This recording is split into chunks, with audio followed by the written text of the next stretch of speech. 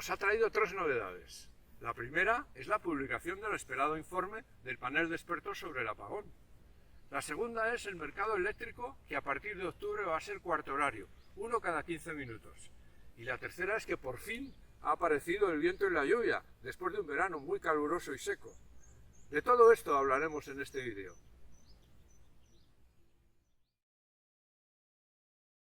El 3 de octubre pasado se presentó el informe, aún preliminar, del panel de expertos europeos.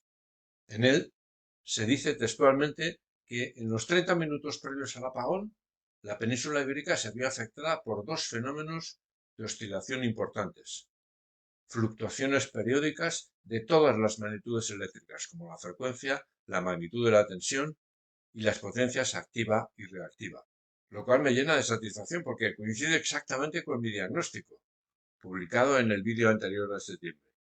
La verdad es que confiaba en que el informe del panel de expertos aportara información sobre los aspectos claves del apagón, que, como indiqué en mi vídeo anterior, son la perturbación inicial a las 12:03 y el comportamiento de los equipos automáticos, encargados de amortiguar las oscilaciones, controlar las tensiones y proteger las instalaciones frente a las sobretensiones. Lamentablemente no ha sido así. El panel de expertos critica las carencias de información y se remite a un próximo informe en enero de 2026. Confiemos que sea completo y definitivo. Mientras tanto, esperamos que pronto la CNMC publique su informe. Este informe será muy relevante porque deberá abordar responsabilidades. En relación con el apagón, he recibido muchas preguntas sobre las oscilaciones. Acabamos de ver que el panel de expertos habla de oscilaciones de todas las magnitudes eléctricas. La pregunta básica que muchos me habéis hecho es: ¿las oscilaciones de la frecuencia, las oscilaciones de la tensión, son cosas distintas? Es importante entender que estamos hablando de un sistema eléctrico de corriente alterna. En corriente continua, como el que vemos aquí, la tensión del polo positivo sobre el polo negativo no varía con el tiempo y por lo tanto la tensión, la línea de color azul, queda definida por un único valor, que es el voltaje, los voltios del polo positivo sobre el negativo. En corriente continua este voltaje no cambia con el tiempo. En corriente alterna la cosa es bastante diferente. Aquí puedes ver el esquema simplificado de un generador de alterna. Consta de un rotor, que podemos representarlo por un imán, con su polo norte y su polo sur, que al girar, como indica la figura, genera la tensión alterna en el estator de la máquina. Si el rotor gira con velocidad constante, la tensión, en la línea de color azul de la figura, tiene forma sinusoidal, como se ve aquí. No es constante, sino que va cambiando con el tiempo, y al cabo de un periodo, que está representado por la letra T mayúscula, los valores de la tensión se repiten de nuevo. Entonces, para definir una tensión alterna se necesitan dos características. Por un lado, tendríamos que hablar de su magnitud. Pero, ¿qué magnitud tomamos si la tensión cambia de un instante a otro? Aquí se ha acordado elegir como magnitud representativa de la tensión alterna el llamado valor eficaz, que está representado por una V mayúscula. Es la línea de color naranja de la figura, y una tensión alterna de V de valor eficaz es completamente equivalente a una tensión continua de V voltios. Podemos ver que el valor eficaz de una onda alterna es menor que el valor máximo de la misma, obviamente. De hecho, la relación entre ambas magnitudes es 1,41. Por lo tanto, si en nuestra casa la tensión es 220 voltios, su valor máximo es 220 por 1,41, es decir, 310 voltios. Por otro lado, tendríamos que hablar de la rapidez con la que la onda de la tensión da una vuelta completa. El parámetro representativo de esta rapidez es la frecuencia, definida como las vueltas completas que da la onda en un segundo. Si el rotor del generador gira a 3000 revoluciones por minuto, dará 50 vueltas por segundo. 50 hercios es la frecuencia de la onda alterna del sistema europeo.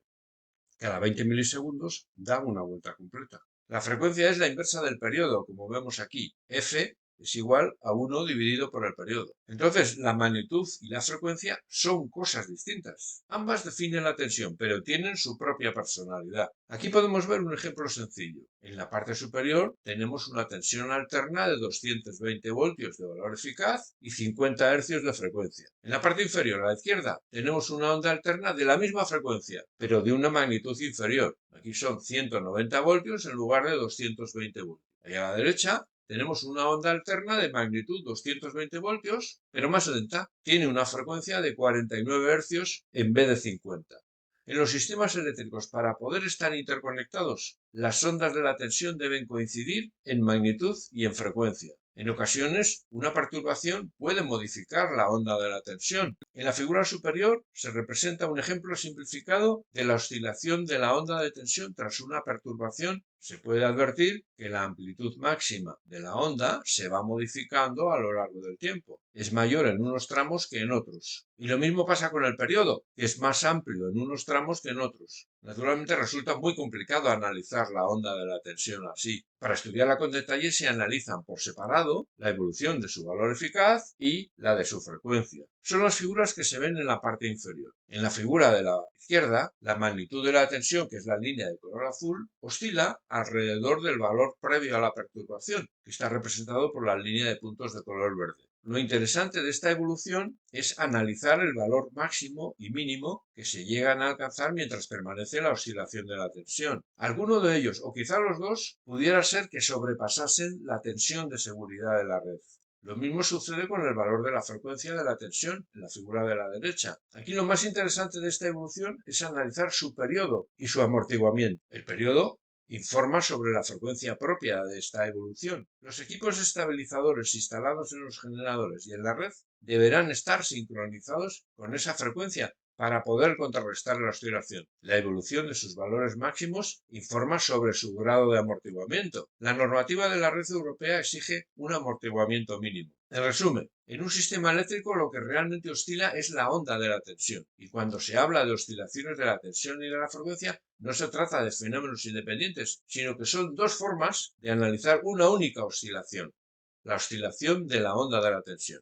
¿Y cuáles fueron las oscilaciones previas al apagón de abril? Aquí se puede ver la primera de las dos oscilaciones, la de las 12:03. No se dispone de la oscilación de la onda de tensión, pero sí se han publicado las dos figuras siguientes. La de arriba corresponde a la oscilación de la magnitud de la tensión en varios puntos de la red, con valores que vemos que están en el entorno de los 400 kV, que es la tensión nominal. La figura de abajo corresponde a la oscilación de la frecuencia de la tensión, también en varios puntos de la red, aquí en el entorno de los 50 Hz. La información que proporciona la primera figura es que en algunos nudos el valor de la tensión traspasa la línea roja situada a 375 kV, lo que nos advierte de problemas de subtensión. La información que proporciona la segunda figura es que el valor de la frecuencia oscila a su vez lentamente, con un periodo de unos pocos segundos. Por otro lado, su duración, por encima de 4 minutos, indica un grave problema de falta de amortiguamiento, ya que debería haber desaparecido en menos de un minuto. La frecuencia solo se amortigua en la zona final de la oscilación. Veamos ahora la factura de la luz. En octubre, la factura de la luz para el consumidor medio PVPC ha sido 53,42 euros. Algunos me habéis preguntado si el modo de operación más seguro tras el apagón está provocando un mayor coste en la factura. Este modo de operación más seguro se refleja en el componente servicios de ajuste, que se encuentra dentro del término de energía de la factura. Aquí se puede ver que en octubre el coste de los servicios de ajuste ha sido 4,61 euros, un 15% del coste total de la energía, 30,36 euros. Si comparamos esta factura con la del mismo mes del año pasado, aquí se puede apreciar el incremento del coste de los servicios de ajuste, que ha sido 1,55 euros más, pasando de 3,06 euros en 2024 a 4,61 euros en 2025. Desde este mes, las sesiones del mercado eléctrico que organiza la entidad OMIE son cada 15 minutos, en vez de ser cada hora. La consecuencia es que en cada cuarto de hora hay un precio diferente.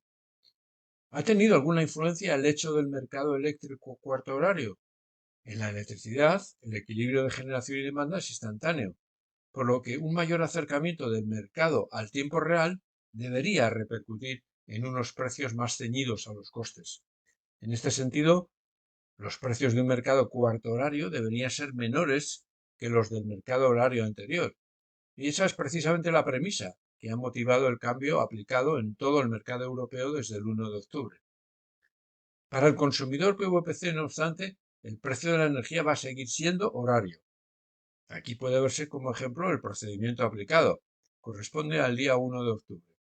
El precio PVPC de cada hora se obtiene como el promedio de los 4 precios del mercado cuarto horario en esa hora.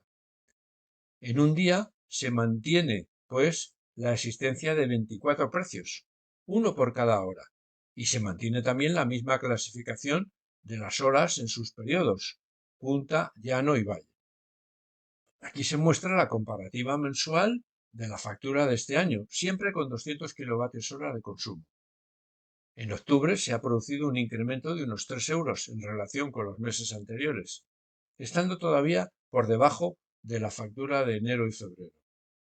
En octubre se producen algunos ligeros cambios en la composición de la generación. Se ha incrementado la eólica, especialmente en la segunda mitad del mes, y también, aunque todavía muy ligeramente, la hidráulica.